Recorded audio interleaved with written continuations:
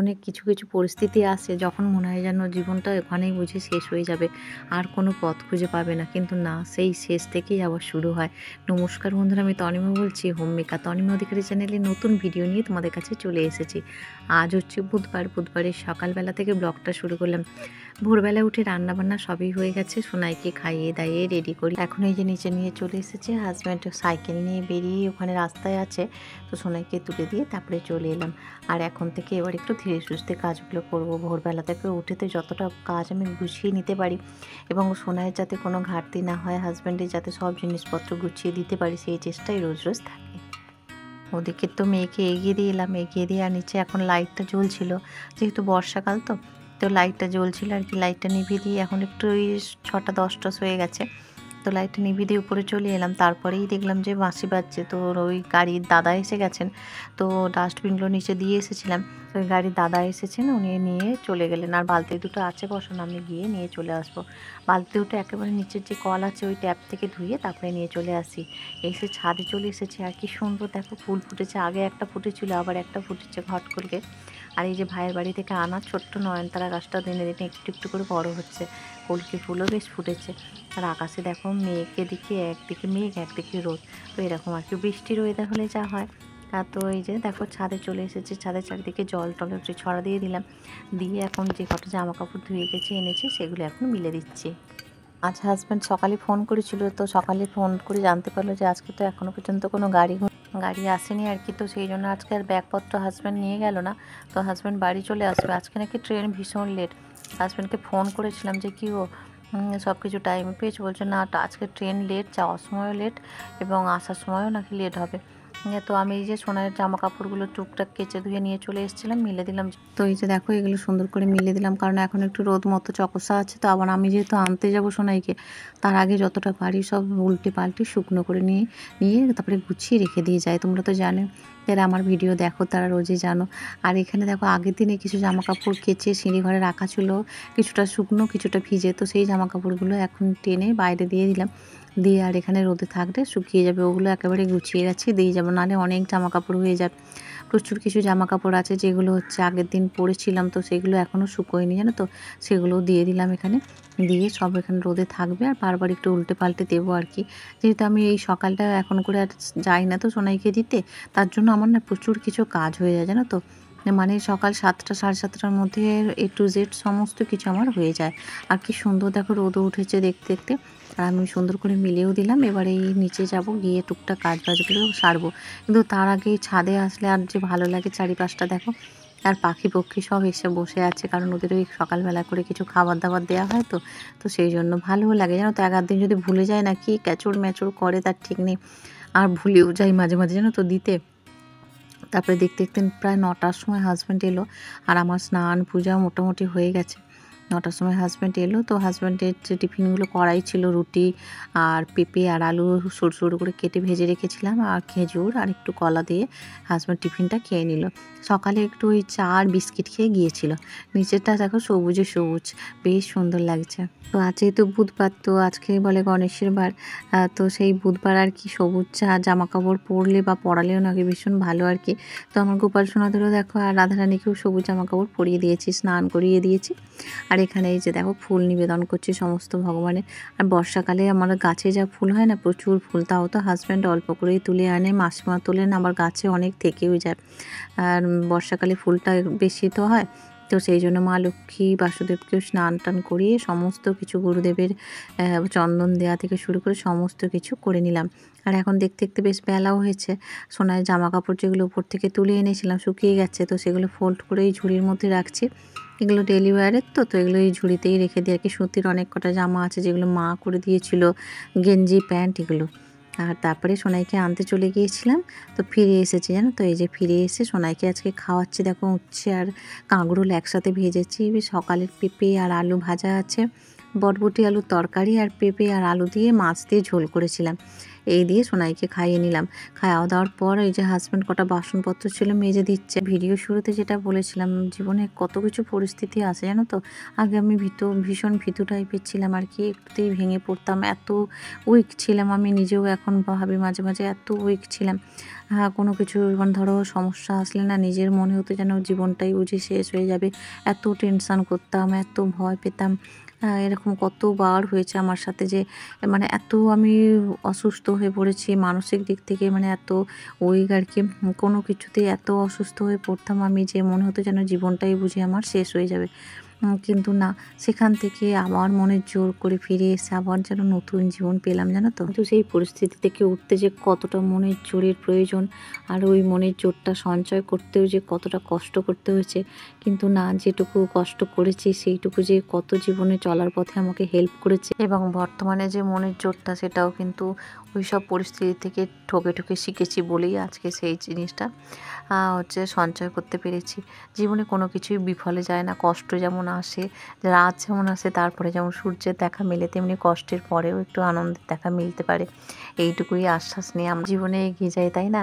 আর এদিকে দেখো সন্ধ্যা নিবেদন করে দিয়েছি। দুপুরে একটু শুয়েও ছিলাম, একটু কেন, আমি বেশ ঘন্টা দুয়েক ঘুমিয়েও ছিলাম ভালো করে। সন্ধ্যা নিবেদন করে সোনার জন্য এই যে ম্যাগি করে নিলাম, আর আমরা চা, বিস্কিট, মুড়ি এগুলো খাবো আর কি সন্ধ্যাবেলায়। তো হাজব্যান্ড থাকলে বেশ ভালো লাগে একসাথে চা খেতে। রোজ রোজ তো একা খাই। তো আজকে শসা, মুড়ি, চানাচুর এগুলো দিয়ে একসাথে মুড়ি মেখে চা দিয়ে খেয়ে নেব। তো আর এবার খাওয়া দাওয়ার পর হাজব্যান্ড সোনাইকে নিয়ে পড়তে বসবে। তো পড়াতে বসবে আর কি। আর আমি ওদিকে টুকটাক এডিটিংয়ের কাজ বলো, রান্নাবান্নাগুলো সেরে ফেলবো। আর সোনাই এখানে পড়তেও বসেছে দেখো। পরের দিন সোনার বেঙ্গলি ওই ক্লাস টেস্ট আছে আর কি। কিছু কিছু সময় যখন দেয়ালে পিঠ ঠেকে যায় তখন আবার জানি যে না, আবার নতুন কিছু নিশ্চয়ই হবে। নতুন কিছু হওয়ার আগেই বুঝি এরকমটা হয়। তো সেই সেই আশাতেই আর কি বলে না, আশাতে বাঁচে চাষা, সেই রকম আমারও তাই মনে হয়। কোনো কিছুতেই আমি এখন আর ভেঙে পড়ি না, যে না নতুন কিছু হবে, নতুন কিছুর জন্যই আমাদের এই পথটা পেরোতে হবে, নতুন কিছু পাওয়ার জন্য। তো সেই আশা নিয়েই এগিয়ে যাই আর কি। তো চলো বন্ধুরা, এটা পরের দিনের সকাল, মানে বৃহস্পতিবারের সকাল। আর উঠে যে ভাতটা বসিয়ে দিয়েছি, আর এদিকে ঘরটা মুছে নিচ্ছি, জামাকাপড় ছাড়াও হয়ে গেছে। তো ঘরদোরটা মুছে নিচ্ছি। আর যেহেতু আজকে বৃষ্টিও হচ্ছে হালকা হালকা আর কি, সকাল থেকে ঝিরি ঝিরি বৃষ্টিও পড়ছে। আর সকাল সকাল বৃহস্পতিবার না, ঘরদোরটা মুছে নিলে বেশ ভালো লাগে, জানো তো। আর বাসি ঘরটাও থাকে না। আর সোনাই যেহেতু স্কুলে যায়, তার আগে ঘরদোরটা মুছে ক্লিন করে নিলেও আমার মনে বেশ শান্তি লাগে আর কি। তো সেই জন্য আর কি দেখো সুন্দর করে ঘরদোরটা মুছে নিলাম। আর ওদিকে তো ভাত বসিয়ে দিয়েছি, একটু সিমে দেওয়া আছে। তো আস্তে আস্তে করে ভাতটা এই যে দেখো ফুটেও গেছে অনেকটা।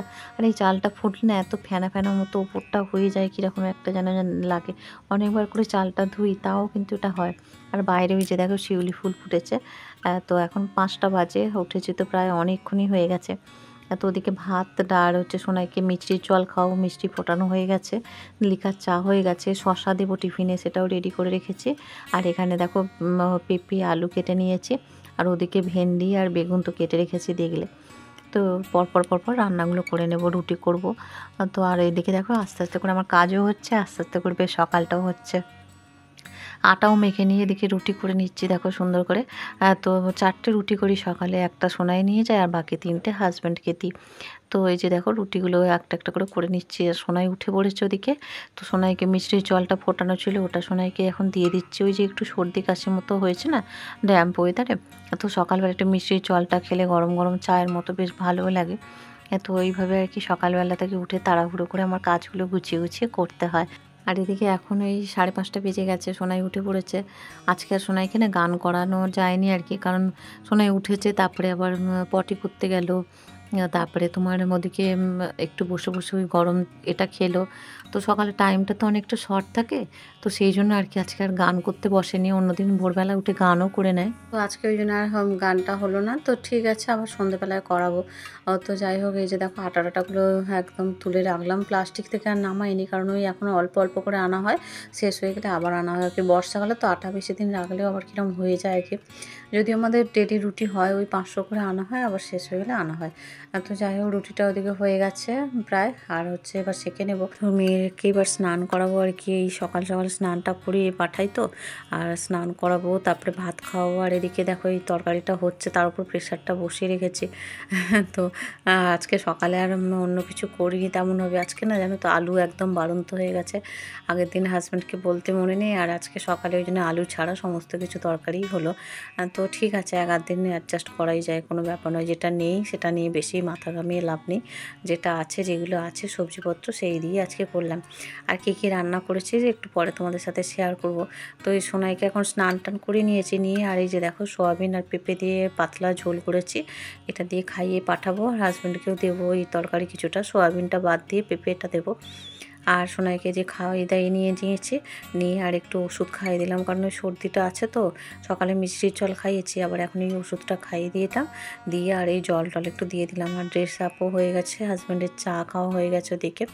চা আর বিস্কিট হাজব্যান্ডের জন্য রেখে দিয়েছিলাম করে, গরম করে খেয়ে নিল।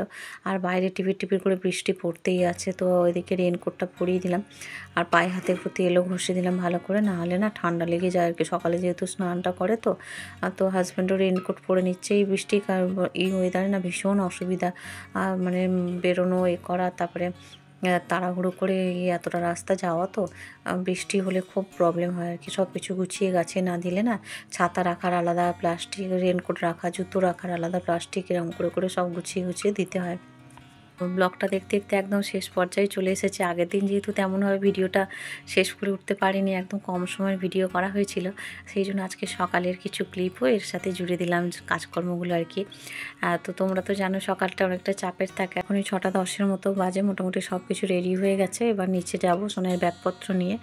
আর কিটো পরেই সোনাই যাবে স্কুলের, গিয়ে কেটসটা পরে নেবে। তো এই যে দেখো ব্যাগটা নিয়ে যাচ্ছে, তো ব্যাগের কভারটা আবার নিয়ে যেতে ভুলে গেছিলাম। তো কিছুটা গিয়ে আবার ব্যাগের কভারটা না নিয়ে গেলে না ব্যাগটা পুরো ভিজে যাবে। আর ওই ভিজে ব্যাগ নিয়ে ওরা তো বাচ্চা, ওকে স্কুলের মধ্যে বারবার ওই ঠান্ডা লেগে আবার বারবার ওই ঠান্ডার মধ্যে হাত দেবে, আরও শরীর খারাপ হবে আর কি। বললাম তুই কিটোটা পরে নে, আমি ওপর থেকে ব্যাগের কভারটা নিয়ে আসি, তো অনেকটা সেফ থাকবে আর কি ব্যাগটা। তো সেই জন্য আবার আনতে গেলাম ওপর থেকে ব্যাগের কভারটা। আর ওদিকে হাজব্যান্ড সাইকেল নিয়ে বাইরে ওয়েট করছে, সোনাইকে আমি নিয়ে আর সাইকেলটা তুলে দিয়ে আসবো আর কি। তো ভিডিওটা যদি ভালো লেগে থাকে অবশ্যই একটা লাইক করো, আর যারা নতুন আমার চ্যানেলটা দেখছো অবশ্যই চ্যানেলটা সাবস্ক্রাইব করে পাশের বেল বাটনটা অল করে রেখো। আজকের ভিডিওটা এই পর্যন্তই রাখলাম, পরে আবার একটা নতুন ভিডিও নিয়ে খুব তাড়াতাড়ি তোমাদের কাছে হাজির হবো। বাই বাই বন্ধুরা।